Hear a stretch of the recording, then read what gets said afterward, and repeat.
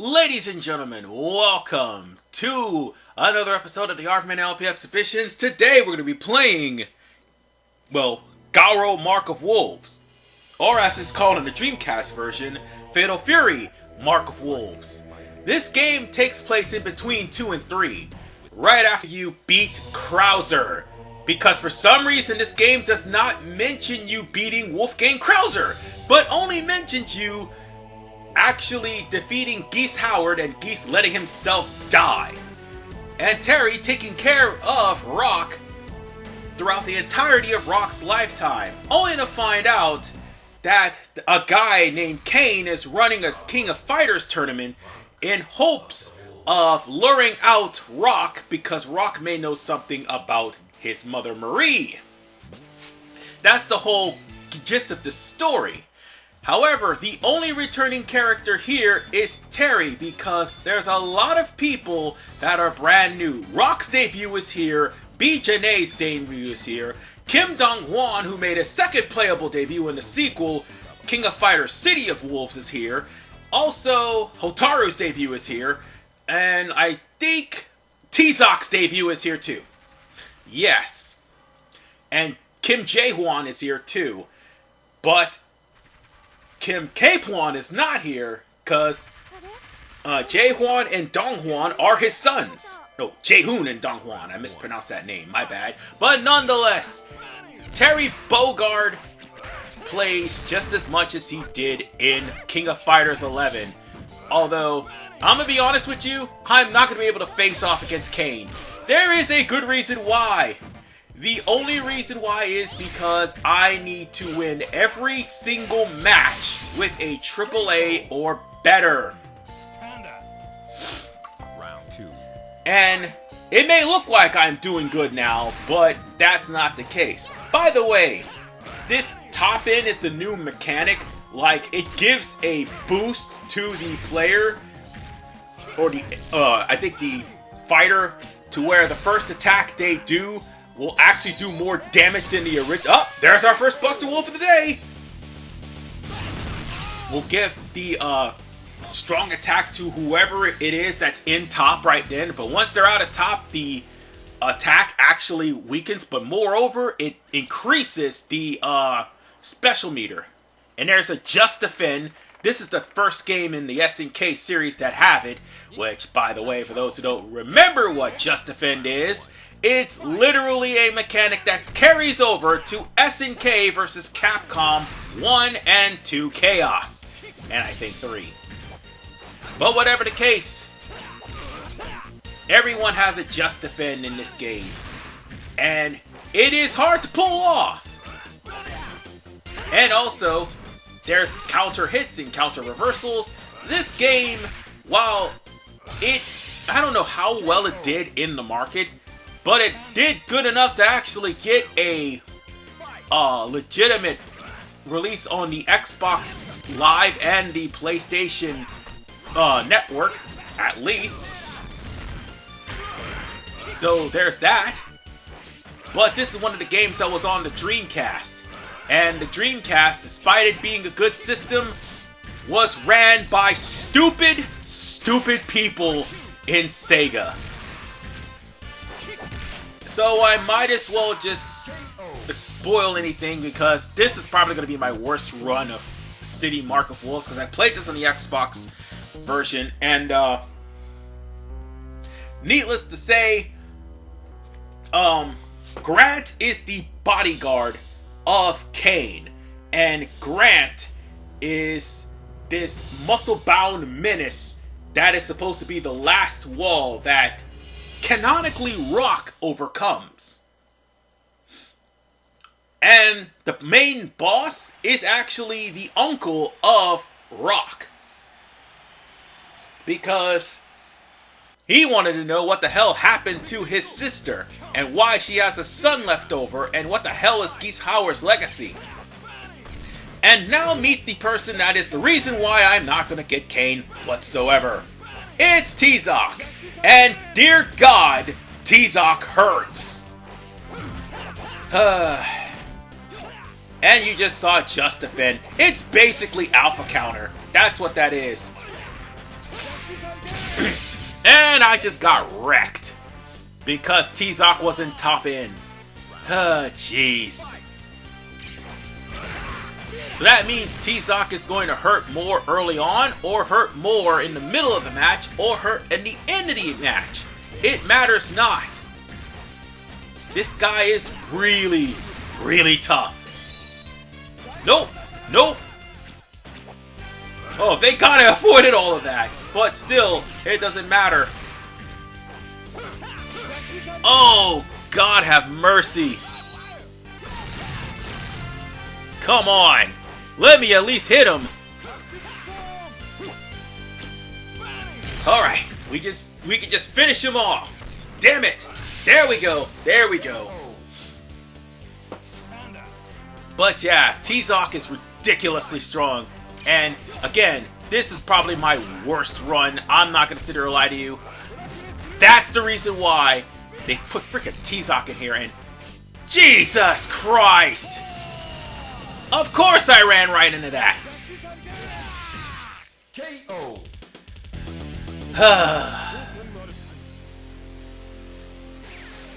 Man. This is gonna be a pain in the ass. Unfortunately, now that I lost, it doesn't really matter. Because I can't face Kane. I have to actually get an undefeated streak, and I'm only playing this once. And I'm going to move on, because let's be blunt, I only managed to luckily face Kane once, and that's it. And I want to at least try this time. Well, it's not try to challenge myself, but rather, it's pretty much RNG of who you face. And if this motherfucker shows up in any of your lineup of characters that you have to beat, well, yeah, you're gonna lose. And he avoided the triple geyser. Can this not get... Oh, well, that went worse. That went worse than expected.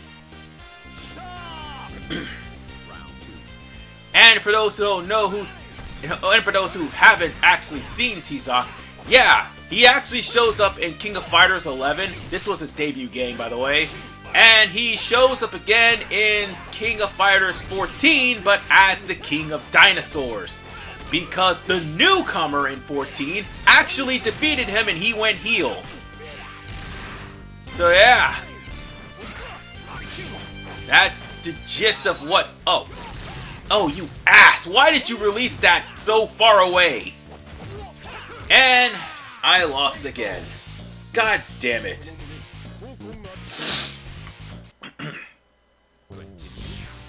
Oh well. And of course I choose normal game. Why wouldn't I? But yeah, he did become King of Dinosaurs and remained King of Dinosaurs in King of Fighters 15, if I'm not mistaken. But, everybody still calls him T-Zoc, though. That's probably the hilarious joke. And despite him being a menace in this game, they watered him down to a magnificent joke. Period. End of story. Which goes without saying, fuck verse! Oh! Double KO'd, so this round will end up deciding it. And I know y'all sick and tired of me losing right now, but yeah, T-Zoc's pretty tough. And I ran dead into that series of lariats. Oh, and look at the randomization, folks. Look at where his top is now. His top used to be in the beginning where he could just dominate. Now it's in the end. And in the middle, actually. It's in the middle. So once you're past your top, you're back to doing normal damage. But when you're in top, you will do more damage. So that's how that works. Come on. We got him. Finally, after three hits. And yeah, we got a double A. So even then, I still would not be able to face off against Kane anyway because I lost. And for those who don't know who this guy is, He's called Marco Rodriguez in English, but his name is Kishnud Boot. And he is he? I think he's from Mexico. But yeah, they called him Kishnud Boot in this game, and for some reason they maintained this name of Marco Rodriguez until nope, they maintained this Marco. I'm looking it up. They maintained his name as Marco Rodriguez in the new game. So yeah, you'll never hear the name Kishnud Boot ever again unless you play this game. And so far, I've already done at least 2 Buster Wolves in this game. Yeah, I am not... Oh, make that 3! Make that 3. I am good with Terry, and I forgot how to do Rising Tackle. Or, it's not like I forgot to do Rising Tackle. I gotta say, the controls are a little bit stiffer for, to say that Garo Mark of Wolves is actually a well-balanced game. Because let's be honest, there are characters that are way too stupidly strong for their own good. And Tizak was one of them. Me, I was stupid enough to be right in front of this Hao Shohoken. Oh, right, and for those who don't know about Kishnud Boot, he was a guy who trained with Takuma in the Kyokugen School of Fighting. However, while he was the only disciple, he's in Southtown in this tournament. Takuma and his sons are basically in Mexico at the time. So yeah, Kishnud was left to maintain the dojo. And that always tends to happen. Oh, you motherfucker. I almost had him too. I could have just continued on, but nope.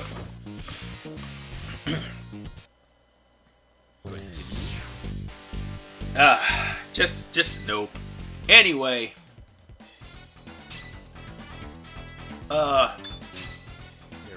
Thing about him, he's trading in the forest to actually maintain his fighting style, but primarily Marco Rodriguez, or Kishnud Boot if you will, he is the joke character as well, because he's either A, left to maintain the dojo while the Kyokugen, while the Sakazaki family are doing some antics, like for instance trying to hook up Ryo with King, or he's left to watch the dojo when they're entering in the King of Fighters tournament, and he is basically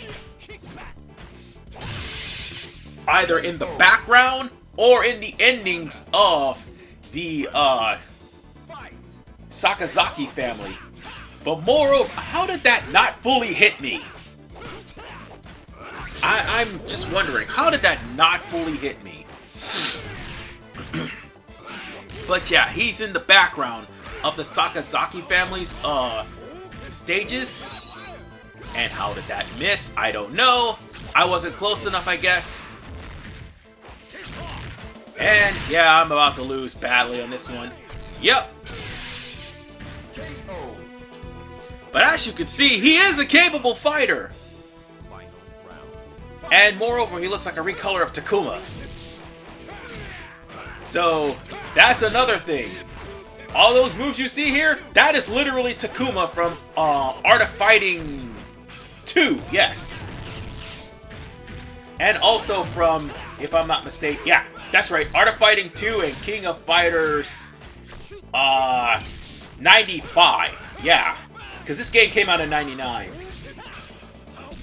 Nope, let me rephrase that. King of Fighters 98. Because he was more aggressive in 98 than what he was in 95. But whatever the case, we now face off against this guy who looks like an Iori ripoff, Freeman. I think Freeman is weird. I don't know who he is. I am so convinced that this guy is related to Vice. I mean, look at his attacks!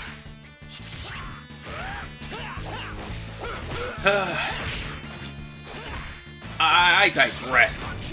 He is pretty tough. And I think it's either or those wire gloves or his claws. I'm not sure. But whatever the case, he scratches like a feral creature, and needless to say, I have not faced this guy in my first initial run of Garo Mark of Wolves, but here, I actually faced him. And this has been the most unluckiest run, because when I did a practice run thinking that I could do just fine in this game, after doing Kim Dong-hwan, that's the thing, I'm not playing as Kim Dong-hwan. That's probably the thing. But needless to say, I was trying to do as lucky and as well as I could. It just turns out like this. And I might end up losing to this guy again. So to be honest, I haven't played anything about Freeman. I really haven't. But I know about Hotaru because of 11. Hotaru was practically looking for her brother Kaoru, sorry. And Kaoru is an assassin trying to actually kill somebody, if I'm not mistaken. And Hotaru is trying to rein in her brother at least, or find him, so that way he doesn't get hurt. And as for the two boys, Kim Jae-hoon and Kim Dong-hwan, they were just training in their taekwondo, whereas Jae-hoon is trying to be as strong as Dong-hwan, who is, ironically, the prodigy. Dong-hwan is looking for booty. No, I'm dead serious. That's his character. I think they toned it down in City of Wolves, but yeah, he's practically looking for booty. And he's getting into fights in the same vein. But, he was supposed to be training, but he's practically a slacker because he's a prodigy. But it doesn't matter. I faced this guy, I beat this guy, done with Freeman. I don't even know who he is. And oh yay! Rock Howard! This is the most ironic fight ever! Cause this is where Rock Howard is first introduced. And come King of Fighters 2000, that is where Rock Howard is going to be. Although Rock Howard barely shows up in other games. I mean, he shows up in 2000 and 2002. He only is DLC in 14. And he also shows up in the 3D King of Fighter games. Yeah, unfortunately he's in 2006. And he's probably a broken character there. Yeah, Rock is fucking ridiculous in 2006. To think that this is his debut. Although, while I think Rock is actually pretty cool, a combination of Terry Bogard and Geese Howard, they just don't do him justice in 14. I'ma tell you now. Rock Howard has just done no justice. He's not only a DLC character, he doesn't even have an ending! And I don't even think he's available in... Ooh, that was a really close one, by the way, because he was about to do Raising Storm. Ooh, thank God I did that. But, they don't even do Rock any justice in King of Fighters 14. Not once. And I don't even think he's in... Oh, wait, no, he's in 15. He's in 15. And he has a shared ending with the rest of the DLC cast. But, yeah. I know, actually, he has a couple of endings with people who were on their team. But other than that, they don't do Rock any justice in 14. And as for Terry, well, they did him a lot of justice. He's in Smash. He's as of now in Street Fighter 6 as DLC.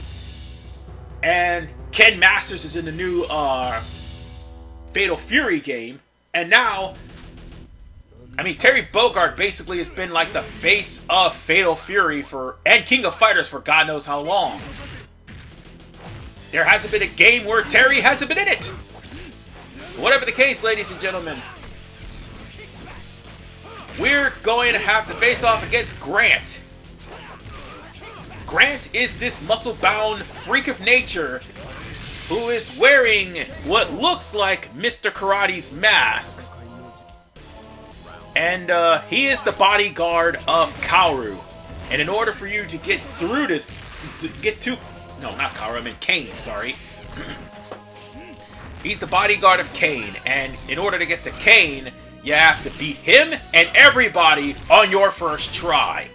No continues. And, yeah, you're about to see why that's not a possibility, as this guy is really, really tough.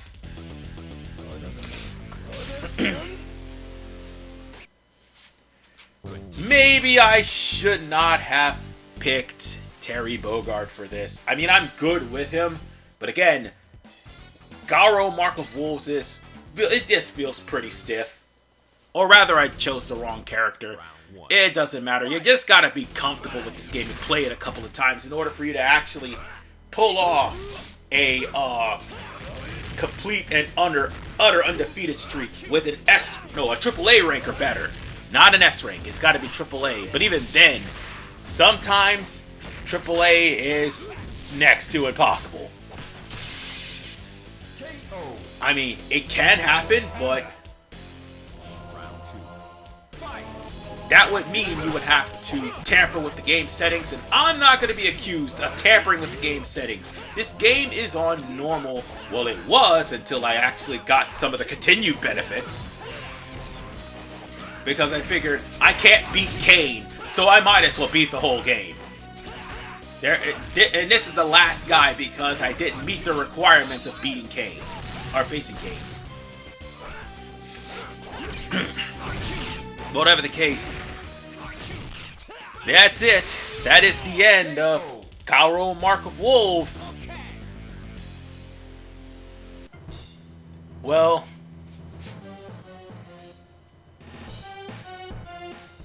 he ends up dying. And if you actually beat everybody, including Grant, yeah, Kane would actually appear immediately and fight you in the last battle. But since I didn't, as you could see, I made 2 AA's. So even if I would have actually been undefeated, those 2 AA's would have screwed me over out of Kane. So yeah, that is it for Garo Mark of Wolves, and I'll see you all in the next episode of the RVMan LP Exhibitions, because I'll be playing something else from the past next Saturday. Peace out, guys, and take care.